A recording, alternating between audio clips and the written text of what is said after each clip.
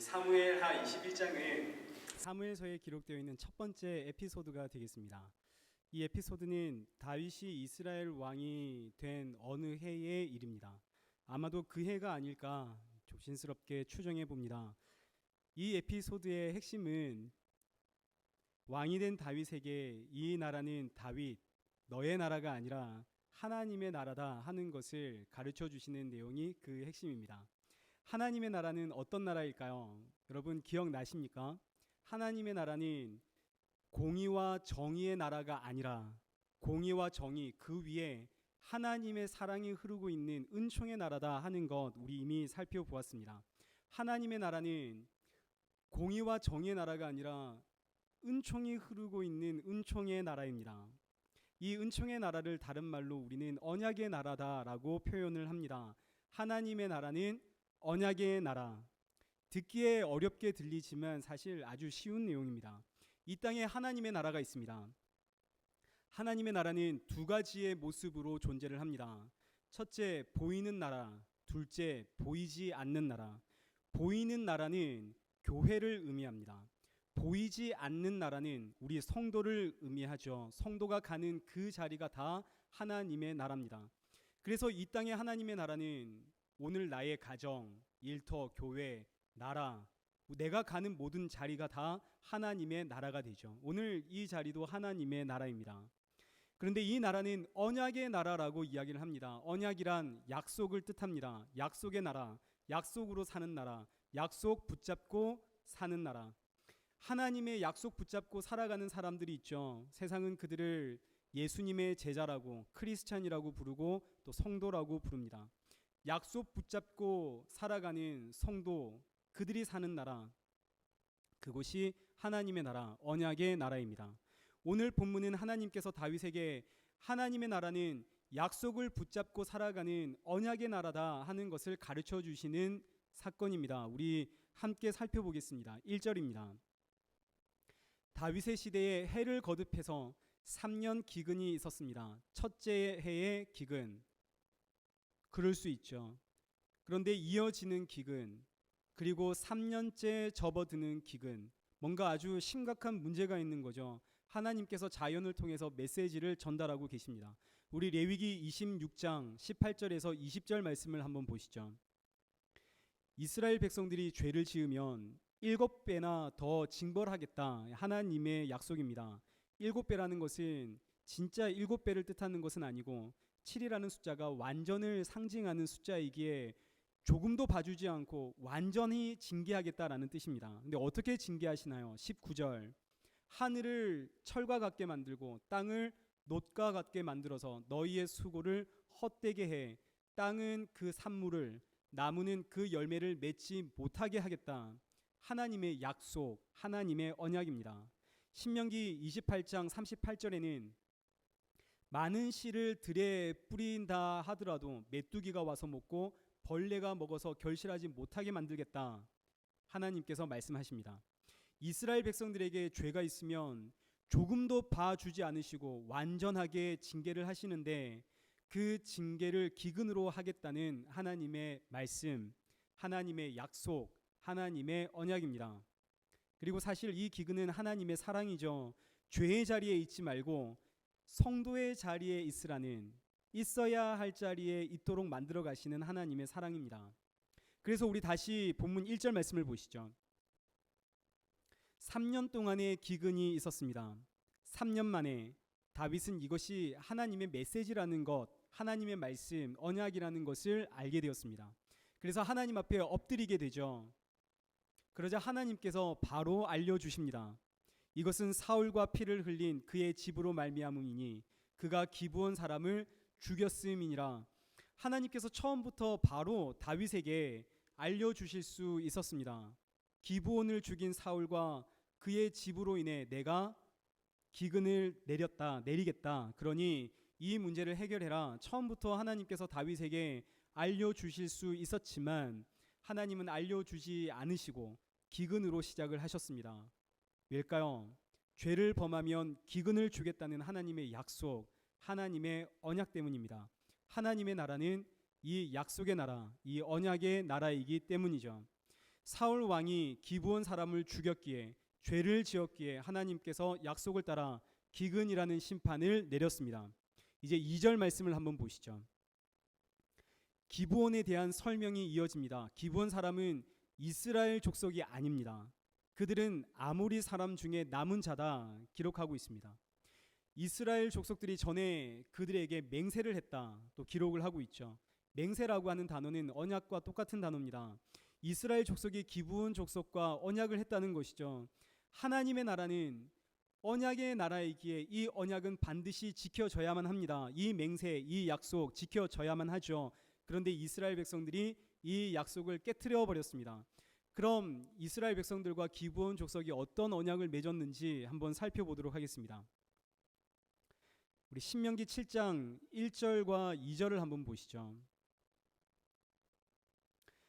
기브온 족속들, 기브온 사람들은 이스라엘 민족이 아니라 가나안 부족입니다. 가나안 부족은 하나님께서 반드시 진멸해라 명한 사람들이죠. 하나님께서 가나안 7족속 반드시 진멸해라 말씀하셨고, 그들과 어떤 언약도 맺지 말고 그들을 불쌍히 여기지도 마라 하나님께서 말씀하셨습니다. 가나안 7부족은 마땅히 진멸받아야만 하는 악한 부족이기 때문이라는 것이 성경의 평가입니다. 그런데 여호수아서 9장 3절부터 보겠습니다. 기브온 주민들이 여호수아가 여리고와 아이에 행한 일을 듣고 꾀를 내어 사신의 모양을 꾸미되 헤어진 전대와 헤어지고 찢어져서 기운 가죽 포도 부대를 나귀에 싣고 그 발에는 낡아서 기운 신을 신고 낡은 옷을 입고 다 마르고 곰팡이가 난 떡을 준비하고 6절 우리는 먼 나라에서 왔나이다. 이제 우리와 조약을 맺읍시다 라고 했습니다. 왜일까요? 그 이유는 24절입니다. 그들이 여호수아에게 대답하여 이르되 당신의 하나님 여호와께서 그의 종 모세에게 명령하사 이 땅을 다 당신들에게 주고 이 땅의 모든 주민을 당신들 앞에서 멸하라 하신 것이 당신의 종들에게 분명히 들리므로 당신들로 말미암아 우리의 목숨을 잃을까 심히 두려워하여 이같이 하였나이다. 한마디로 기브온 족속은 살기 위해서, 구원받기 위해서 종의 모습으로 이스라엘 백성들에게 찾아왔습니다. 기브온 족속은 강한 민족입니다. 그러나 기브온 사람들은 하나님의 전능하심을 보았습니다.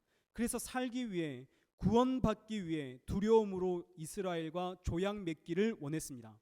그리고 그 결과 22절과 23절 말씀을 보시면, 그리고 27절 말씀 보시면 기브온 족속들은 이스라엘 안에 살게 되었지만 대를 이어서 종이 되는, 그래서 하나님의 집을 위해서 나무와 물을 길어다 나르는 족속이 되고 말았습니다. 그런데 기브온 족속은 이것을 불만하지 않았습니다. 오히려 이걸 기쁨으로 여겼죠. 죽는 것보다 여호와의 집에서 물과 나무를 깃는 종으로 사는 것, 이게 더 즐겁고 행복했다, 이게 복이다라고 여겼기 때문입니다. 근데 여기에 보시면 하나님의 놀라운 언약이 이 안에 숨어 있습니다. 우리 다시 여호수아서 9장 14절과 15절 말씀을 한번 보시죠. 이스라엘 무리가 여호와께 묻지 않고 그들과 조약을 맺어버렸다 기록을 합니다. 이스라엘 백성들이, 이스라엘 족장들이 기브온 사람들이 왔을 때 하나님과 묻지 않고 성급하게 그들과 조약을 맺어버립니다.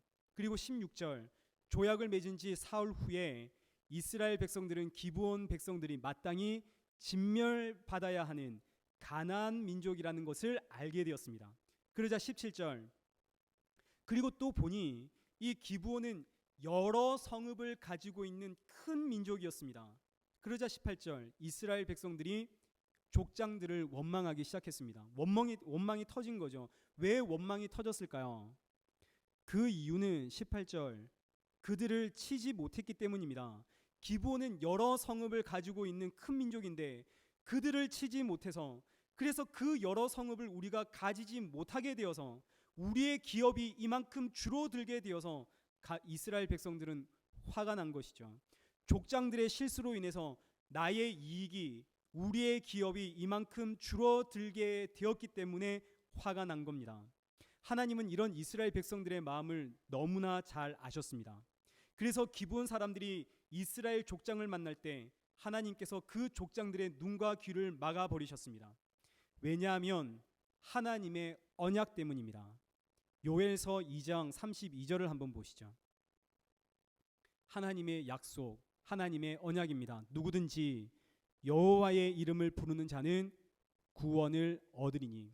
기브온 족속은 마땅히 진멸되어야 하는 가나안 민족입니다. 하나님께서는 가나안 민족 불쌍히 여기지도 말고 조약 맺지도 말고 그들을 진멸해라 명하셨지만, 그러나 동시에 하나님은 그러나 누구든지 여호와의 이름을 부르는 자에겐 구원 주겠다 약속하셨습니다. 이 하나님의 언약입니다. 이것은 모순된 말씀이 아닙니다. 이건 신구약을 통틀어서 일관된 하나님의 마음입니다. 이 말씀이 신약 성경에도 여러 번 반복이 되죠. 사도행전 2장 21절 누구든지 주의 이름을 부르는 자는 구원을 받으리라. 로마서 10장 13절 누구든지 주의 이름을 부르는 자는 구원을 받으리라. 가나안 족속은 마땅히 진멸받아야 하는 죄인들입니다. 그러나 그럼에도 불구하고 마땅히 진멸받아야 하는 이 죄인들이 여호와의 이름을 부르며 여호와 하나님을 찾으면 구원하겠다는 것이 하나님의 약속이요 언약입니다. 그리고 이것이 하나님의 심정이죠. 그래서 하나님의 이 언약에 의해서 오늘 진멸받아 마땅한 오늘 우리가 하나님의 백성이 되었습니다. 신구약의 일관적인 하나님의 은혜입니다. 예수님이 이 땅에 오셔서 제자들을 향해 원수를 사랑해라라고 가르쳐 주셨습니다.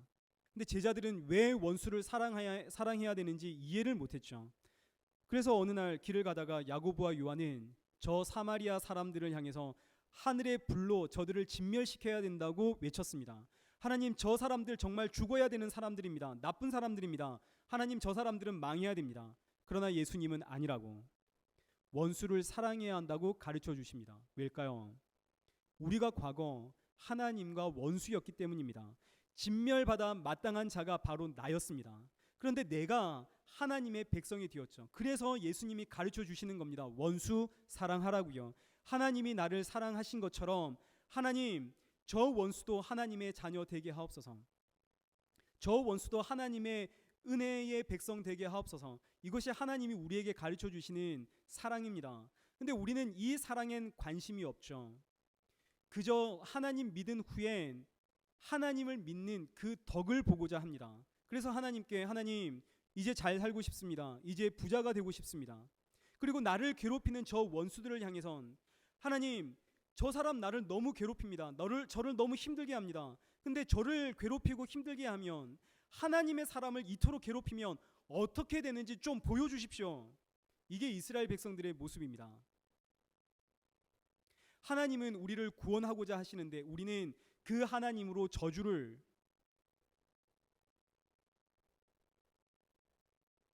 내가 과거 심판받아야 할 사람이었는데 건짐받았습니다.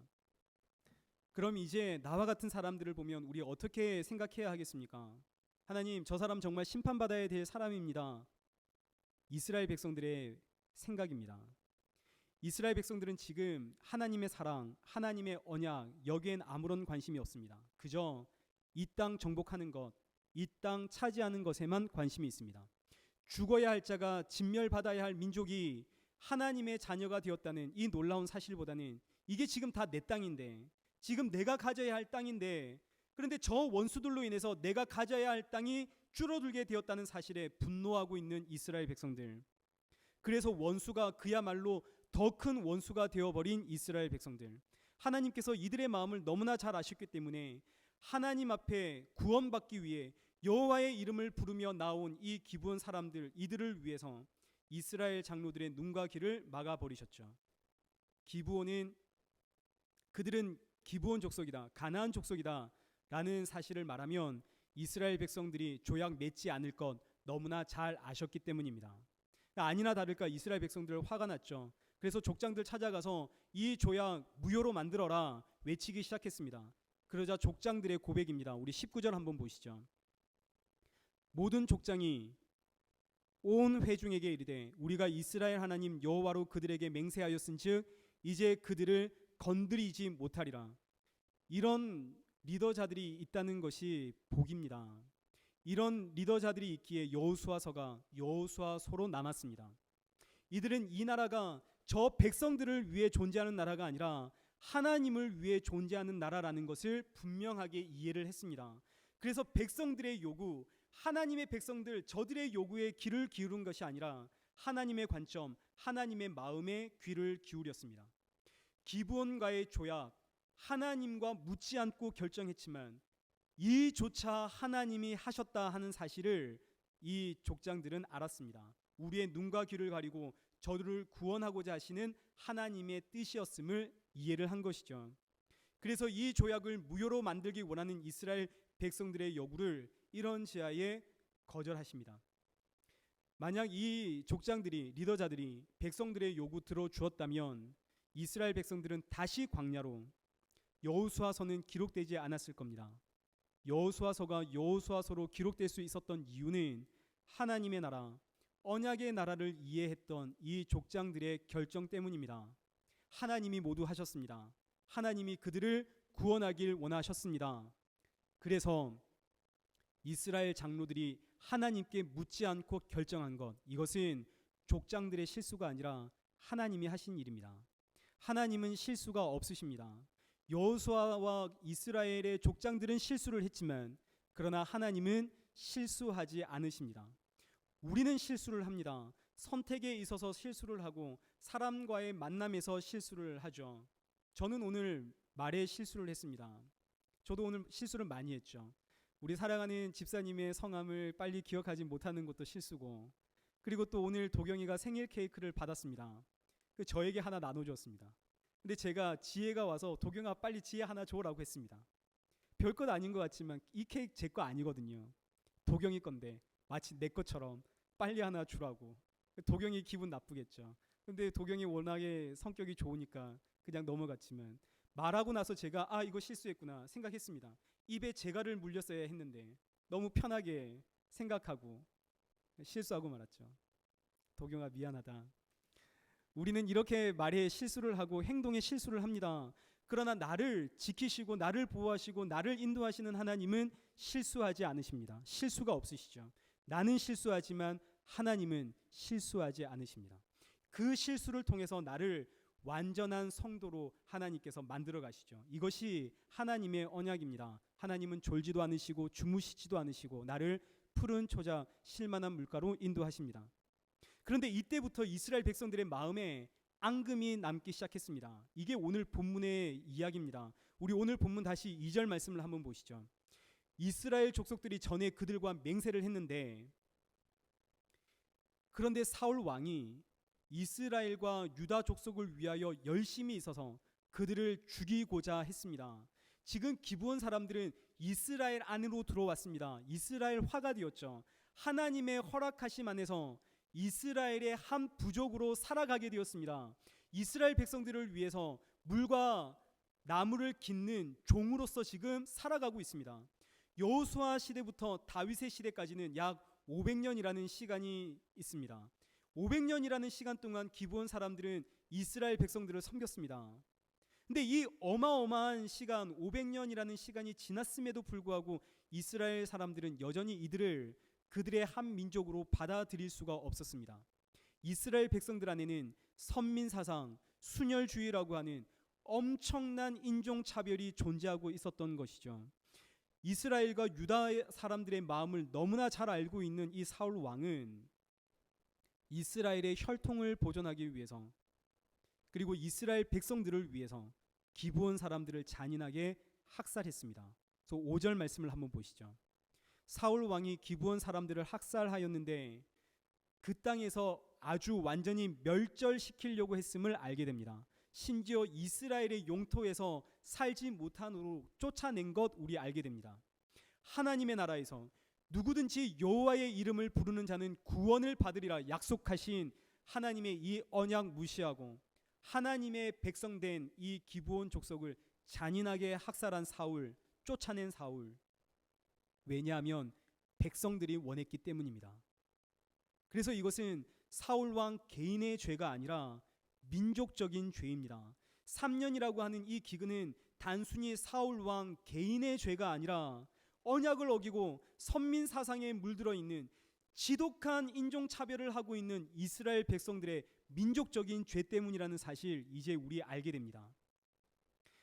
다윗이 기브온 사람들을 부릅니다. 우리 3절입니다. 내가 너희를 위하여 어떻게 하랴? 내가 어떻게 속죄하여야 너희가 여호와의 기업을 위하여 복을 빌겠느냐? 속죄.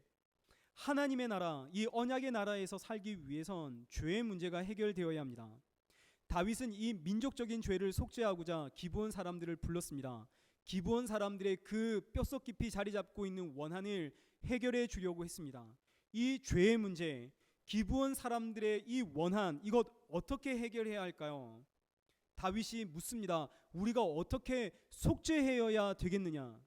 다윗은 지금 기브온 족속들을 위해서 속죄는 해야겠는데 어떻게 속죄해야 되는지 그 방법을 몰랐습니다. 그래서 기브온 사람들에게 그들에게 원하는 것, 그들이 원하는 것 해주면, 합당한 보상해주면 그러면 속죄가 될 것이다 라고 생각을 하게 되었습니다.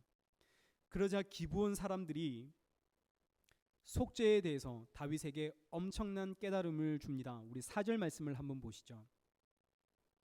이 문제는 은금으로 해결되는 문제가 아닙니다. 지금 이 문제는 이스라엘 가운데서 사람들을 죽인다고 해서 해결되는 문제도 아닙니다. 지금 이것이 기브온 사람들의 이야기입니다. 다윗이 기브온 사람들에게 우리가 어떻게 너희들에게 속죄할 수 있을까? 그러자 기브온 사람들은 이건 은금으로, 돈으로 해결할 수 있는 문제도 아니고 누군가를 잡아다 죽여서 해결할 수 있는 문제도 아닙니다. 이 문제는 하나님이 해결하셔야 합니다. 이것이 기브온 사람들의 주장입니다. 속죄의 문제는 하나님이 해결하시는 겁니다. 그러니 하나님과 해결하십시오. 죄와 구원의 문제는 은금으로 해결되는 문제가 아니고 사람을 죽인다고 해서 해결되는 문제가 아니라 오직 하나님이 해결하시는 문제입니다. 그러니 하나님과 해결하십시오. 이것이 기브온 사람들의 가르침입니다. 이제 이 가르침이 6절에 기록됩니다. 우리 6절을 우리 한번 보시죠. 기브온 사람들이 이건 누군가를 죽여서 해결되는 문제가 아닙니다라고 말했는데도, 그런데 기브온 사람들이 사울 왕의 자손 7사람을 우리가 목매달아 죽이겠습니다라고 이야기를 합니다. 사울 왕의 자손 7, 그들을 목매어 달겠습니다. 지금 기브온 사람들은 사울 왕에게 엄청난 학대와 학살을 당했습니다. 가진 것 다 빼앗겼고 이스라엘 경내 밖으로 쫓겨났습니다. 500년이 넘도록 인종차별을 당해왔습니다. 수천 혹은 수만 명이 학살되어 죽었을 텐데 기브온 사람들은 겨우 사울 왕의 자손 7명만 죽이겠답니다. 근데 사울 왕의 자손 7만 목매어 달겠다, 이 말씀은 지금 우리가 듣기에는 이게 이해가 잘 안 되고, 그리고 앞에서 속죄의 문제는 사람을 죽인다고 해서 해결되는 문제가 아닙니다 하는 말씀과 대치되는, 반대되는 것처럼 들리지만, 그러나 유대인들에게 이 말씀은 언약의 절정입니다. 다윗이 여기서 그야말로 엄청난 깨달음을 얻게 됩니다. 먼저 목매어 달겠다는 것은 저주받은 죽음을 의미하죠. 우리 신명기 21장 23절입니다. 나무에 달린 자는 하나님께 저주를 받았음이니. 나무에 달린 죽음은, 목매어 달린 죽음은 저주받은 죽음입니다. 그런데 목매어 달겠다, 이 단어 속에는 목과 팔과 다리를 잘라내서 쪼개다, 이런 의미를 가지고 있습니다. 이 단어가 어디서 등장을 하냐면 창세기 15장 9절 이하에 등장을 합니다. 하나님께서 어느 날 아브라함에게 내가 너에게 아들 줄게 라고 약속을 하십니다. 내가 너에게 아들 주고 내가 너에게 땅도 줄게. 그리고 그 약속의 증거로 언약식을 합니다. 우리 9절 말씀을 보시면 하나님께서 너는 나를 위해서 짐승을 준비해라 그러죠. 짐승을 준비했습니다. 그리고 10절 보시면 아브라함이 이 짐승을 다 반으로 쪼갭니다. 다 반으로 쪼갠 위에 그것을 마주 대하여 이렇게 놓습니다. 그러자 17절 하나님이 횃불의 모양으로 그 사이를 지나가십니다. 이것은 고대 언약식입니다. 약속을 어긴 자는 이 짐승처럼 반으로 쪼개져서 죽는다라는 뜻이죠. 반으로 쪼개지다. 이것이 목매어 달겠다라는 단어의 뜻입니다. 중간을 쪼개어 놓은. 지금 기브온 사람들은 하나님과 언약을 어긴 이스라엘 백성들에게 하나님과 언약을 어긴 자에게 이런 죽음이 있을 뿐입니다라는 것을 알려주고 있는 메시지입니다. 다윗은 지금 속죄의 문제를 은과 금으로 해결하려고 했습니다. 그러나 기브온 족속들은 이 죄의 문제는 언약의 문제로 하나님의 나라에서 하나님의 언약을 어긴 이스라엘 백성들에겐 반으로 쪼개어져서 죽는 죽음 이거 외엔 답이 없다라고 아주 강력한 메시지를 던지는 것이죠. 그러니 우리와 이 문제 해결하려고 하지 말고 하나님과 해결하십시오. 여기는 하나님의 나라, 언약의 나라입니다. 하나님과 해결하지 않으면 이스라엘엔 미래가 없습니다. 이것이 기브온 사람들의 가르침입니다. 근데 이것뿐만 아닙니다. 기브온 사람들이 사울 왕의 족속 7명을 요구하죠. 먼저 사울 왕의 자손을 요구한 것은 우리 민수기 35장 33절 때문입니다. 피 흘림을 받은 땅은 그 피를 흘리게 한 자의 피가 아니면 속함을 받을 수 없다. 죄는 피를 흘리게 한 자의 피가 아니면 속죄될 수가 없기 때문에 그래서 기브온 사람들이 사울 왕의 자손을 요구했습니다. 7을 요구한 것은 7이란 완전을 상징하는 숫자이기 때문입니다. 완전. 목매어 달겠다는 것은 약속, 언약을 어긴 자의 죽음을 뜻하죠. 그래서 지금 기브온 민족은 다윗에게 하나님의 언약을 어긴 자들에겐 완전한 죽음 이것 외엔 답이 없습니다 라고 말하고 있는 겁니다. 기브온 사람들이 지금 다윗과 이스라엘 백성들에게 아주 충격적이고 끔찍한 선언을 한 것이죠. 이제 이스라엘 백성들에겐 미래가 없습니다. 완전한 죽음만이 있을 뿐입니다. 그것도 반으로 쪼개어져 죽는 저주받은 죽음만이 남았을 뿐입니다. 그러니 이 문제는 우리와 해결하려고 하지 마시고 하나님과 해결하십시오. 지금 민족적인 사건입니다. 기브온 사람들이 흘린 피는 그 피를 흘리게 한 이 이스라엘 온 백성들의 피로서만 속죄가 가능합니다. 무엇보다 언약을 어긴 이 이스라엘 백성들에겐 나무에 달린 죽음, 언약을 어겼기에 둘로 쪼개어지는 죽음만이 남았습니다. 여기서 이제 누가 살아남을 수 있습니까? 그런데 여기서 다윗이 메시아 예수 그리스도를 보게 됩니다. 우리는 모두 언약을 어긴 죄인들, 죽을 수밖에 없는 민족, 피로써 그 속죄를 갚아야 되는, 언약을 어겼기에 쪼개어져 죽어야 하는 그런 민족들인데, 그런데 다윗은 이때 우리를 대신해서 완전하고 완벽하게 대신 죽어주실 하나님의 아들 메시아를 이때 본 겁니다. 이 내용이 마태복음 22장 41절 이하에 기록되어 있습니다. 예수님이 어느 날 바리새인들에게 묻습니다. 너희는 그리스도를 어떻게 생각하느냐? 누구의 자손이냐? 대답하되 다윗의 자손이니이다. 이르시되 그러면 다윗이 성령에 감동되어 어찌 그리스도를 주라 칭하였느냐? 지금 이 내용이 시편 110편에 기록되어 있습니다. 우리 시편 110편 1절을 한번 보시죠. 여호와께서 내 주에게 말씀하시기를 내가 내 원수들로 내 발판이 되게 하기까지 너는 내 오른쪽에 앉아 있으라 하셨도다.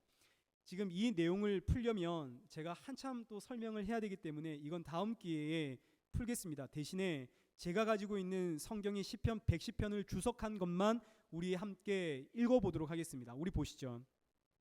만왕의 왕이자 영원한 대제사장이신 메시아께서 장차 강림하사 죄악의 세력을 멸하고 메시아 왕국 세우실 것을 예언한 다윗의 메시아 예언시, 메시아가 죄의 세력을 멸하고 메시아 왕국을 세우실 것을 예언한 다윗의 예언시, 이 시가 오늘 본문을 통해서 등장을 합니다. 온 이스라엘 백성들이 하나님의 언약 어겼습니다. 그 결과 모두 다 쪼개어져서 달려 죽어야 합니다. 그런데 이때 다윗은 하나님의 아들 메시아가 우리를 대신해 쪼개어져서 달리는 것 보았습니다. 그분이 이스라엘 백성들을 대신해서 매달려 죽으시는 것을 본 것이죠. 메시아를 통한 완전한 죽음을 본 것입니다. 이것이 사무엘서에 기록되어 있는 첫 번째 에피소드입니다. 다윗이 언약의 절정이신 예수 그리스도 메시아를 본 사건이죠. 그러나 이것은 구약 성경에 처음 기록되어 있는 다윗이 처음으로 본 메시지 언약이 아닙니다. 이미 창세기부터 시작된 언약입니다.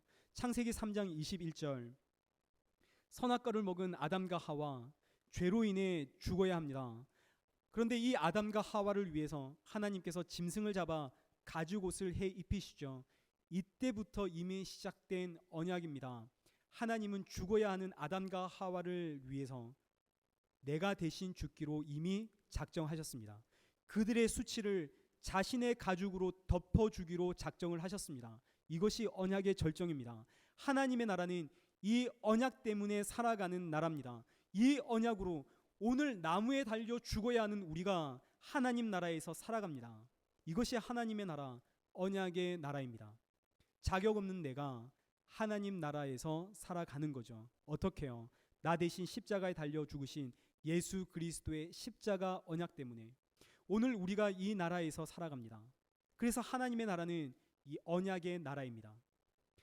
하나님께서 다윗에게 이 언약의 나라, 예수 그리스도의 십자가 언약을 보여주는 사건, 이것이 첫 번째 에피소드입니다. 다윗이 죽음 앞에서 예수님을 보았습니다. 그분으로 인해서 이스라엘이 살아갑니다. 하나님의 나라는 언약의 나라. 그럼 이제 눈치가 빠르신 분들은 이 언약에 대해서 아주 특별한 것 하나 발견하셨을 겁니다. 발견하셨죠? 하나님의 언약은 하나님과 사람, 쌍방 간에 이루어지는 약속이 아닙니다. 하나님의 언약은 하나님의 일방적인 약속입니다. 사람은 아무것도 한 것이 없습니다. 아무것도 요구한 적도 없습니다. 그저 하나님께서 일방적으로 밀어붙이신 약속이 언약입니다. 선악과를 먹은 아담과 하와 죽어야 됩니다. 그런데 하나님께서는 아담과 하와에게 내가 너 대신해서 죽어줄게 언약하십니다. 약속 주시죠. 아담과 하와는 감히 생각도 못했고 상상도 못한 일입니다. 하나님께서 어느 날 아브라함에게 내가 너에게 아들 주고 내가 너에게 땅을 줄게, 그리고는 쪼개어진 짐승 사이를 그냥 지나가 버리셨습니다. 아브라함이 하나님께 아들 달라고 땅 달라고 한 것 아닙니다. 아들 받기 위해서, 땅을 받기 위해서 아브라함이 열심히 하나님 앞에서 살아간 것도 아닙니다. 그냥 어느 날 하나님께서 아브라함에게 내가 너에게 아들 주고 내가 너에게 땅도 줄게, 그러고는 쪼개어진 짐승 사이로 그냥 일방적으로 지나가신 거죠. 이 언약 어기면 내가 이렇게 죽을 거야. 출애굽한 이스라엘 백성들에게 출애굽 어느 날 하나님께서 시내산에서 율법 주셨습니다. 이 율법 지키면 복 받고 이 율법 지키지 않으면 저주, 화를 주겠다. 여기에 이스라엘 백성들 아무것도 한 것 없습니다. 그냥 받았을 뿐이죠. 하나님께서 일방적으로 주셨고 이스라엘 백성들은 그저 받았을 뿐입니다.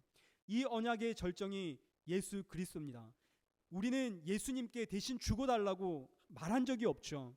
하나님의 아들을 향해서 나 대신 죽어주십시오 감히 말할 수도 없고 상상조차 할 수 없는 일입니다. 그런데 하나님께서는 나를 살리시기 위해서 하나님의 아들 독생자 외아들을 보내겠다 하십니다.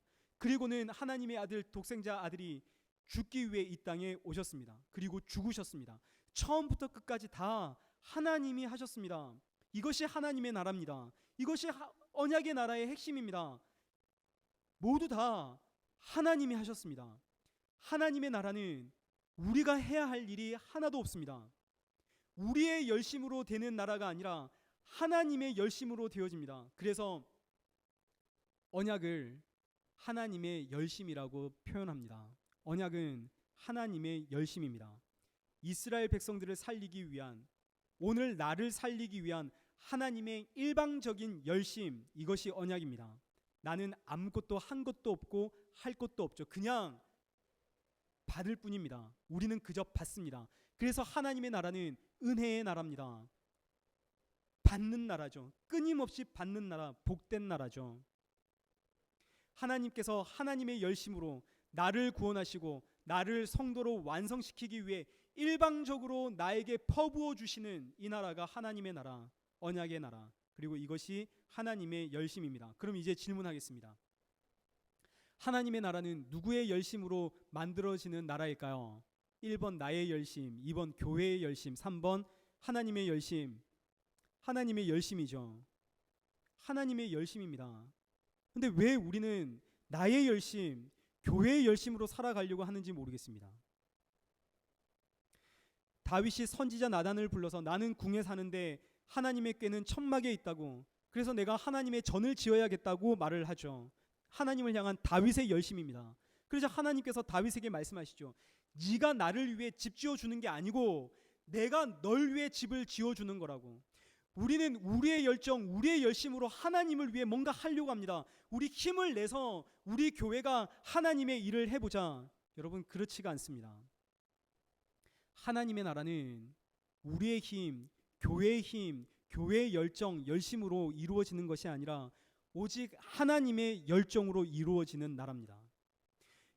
요즘 새벽에 마태복음 보고 있습니다. 마태복음 3장 11절 말씀을 보시면 세례 요한이 이런 고백을 합니다. 나는 내 뒤에 오시는 이의 신을 드는 것조차 감당할 수 없습니다. 마태복음 5장 34절 맹세하지 말라 하늘로도 말지니 하늘은 하나님의 보좌요 땅으로도 하지 말라 땅은 하나님의 발등상이라. 이 땅이 하나님의 발등상입니다. 그럼 하나님의 신이 얼마나 크겠습니까? 이 땅보다 크겠죠. 그래서 세례 요한이 고백을 하는 겁니다. 나는 내 뒤에 오시는 이의 신을 들지 못합니다. 들 수도 없습니다. 감당할 수 없습니다. 하나님을 위해서는 우리가 할 수 있는 것이 아무것도 없다라는 뜻입니다. 근데 우리는 계속 이 들지도 못하는 신을 들고는 하나님의 발에 신겨 드리려고 하죠. 청년들과 대화를 하다 보면 간혹 나중에 돈 많이 벌어서 하나님의 일을 아주 멋지게 하겠다는 청년들이 있습니다. 그러니까 아주 멋진 생각입니다. 근데 알아야 됩니다. 우리는 돈을 아무리 많이 벌어도 내 안에 있는 문제를 해결하지 못하는 그런 인생입니다.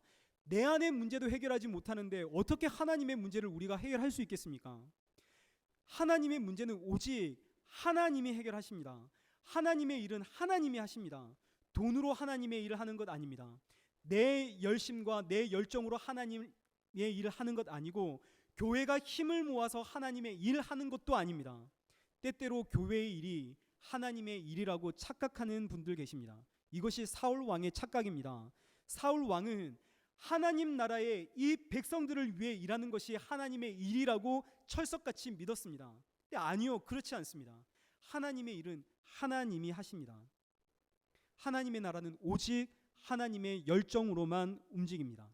세우시는 분도 하나님, 패하시는 분도 하나님, 부하게 하시는 분도 하나님, 가난하게 하시는 분도 하나님, 이 모든 것이 다 하나님의 뜻대로 되어집니다. 이것이 언약의 나라, 하나님의 나라입니다. 우리는 그저 받을 뿐입니다. 그렇다면 성도는 이 언약의 나라에서 어떻게 살아가야 하겠습니까? 그럼 오늘 우리 교회와 성도는 오늘 어떻게 살아야 하나요? 성도와 교회는 있어야 할 그 자리에 있기만 하면 됩니다. 아담과 하와처럼 하나님께서 가죽옷을 만들어 주실 때 그 자리에 있으면 됩니다. 아브라함처럼 하나님께서 쪼개진 짐승 사이를 지나가실 때 그 자리에 있으면 됩니다. 시내산의 모세처럼 율법 주실 때 그 자리에 있으면 됩니다. 오늘날 교회와 성도는 하나님께서 언약을 주실 때 그 자리에 있으면 됩니다. 하나님이 하나님의 열심으로 성도와 교회에게 부어주실 때 있어야 하는 바로 그 자리에 있는 것, 이것이 교회와 성도의 삶입니다. 하나님의 나라를 집으로 한번 생각해 보시죠. 하나님이 이 집을 너무 사랑합니다. 그래서 온 힘을 다해 이 집을 관리합니다. 이 집은 그야말로 하나님의 열정으로 유지가 되어집니다. 우린 도구입니다. 빗자루일 수도 있고 그릇일 수도 있겠죠. 하나님이 청소하겠다는 열정으로 빗자루를 드셨습니다. 열심히 청소하신 후 가지런히 빗자루를 있어야 할 자리에 두었습니다. 그럼 이제 이 빗자루는 하나님께서 다시 청소하실 때까지 그 자리에서 묵묵히 집을 위해 일하시는 그 하나님의 열정 보면서 기다리고 있으면 됩니다. 그 자리에 있으면 됩니다. 이것이 빗자루의 삶이죠. 이게 오늘 우리의 삶입니다. 언약의 나라를 살아가는 성도의 삶, 교회의 삶입니다. 그래서 우리 기도하잖아요. 하나님, 우리 도구로 사용해 주옵소서. 도구로 사용 받으려면 있어야 할 그 자리에 있으면 됩니다. 교회와 성도는 힘을 모아서 그래 우리 한번 힘을 내서 우리 한번 하나님의 일 해보자. 여러분, 그것이 아니라 우리 힘을 내서 있어야 할 자리에 있자. 지켜야 할 것 지키자. 이것이 교회와 성도의 삶입니다. 하나님께서 말씀을 통해서 순종하는 자에겐 복 주고 불순종하는 자에겐 내가 저주를 주겠다 말씀하시죠. 왜일까요? 당근과 채찍을 통해서 이스라엘 백성들로 하여금 있어야 할 바로 그 자리에 있도록 만드시려고 하는 것이죠. 있어야 할 자리에 있으면 사용받습니다. 있어야 할 자리에 있으면 복을 받습니다. 이것이 언약의 나라, 하나님의 나라입니다. 하나님의 나라는 그저 부어주시는 나라입니다. 하나님께서 하나님의 열심으로 나를 위해 부어주시는 나라. 그래서 하나님이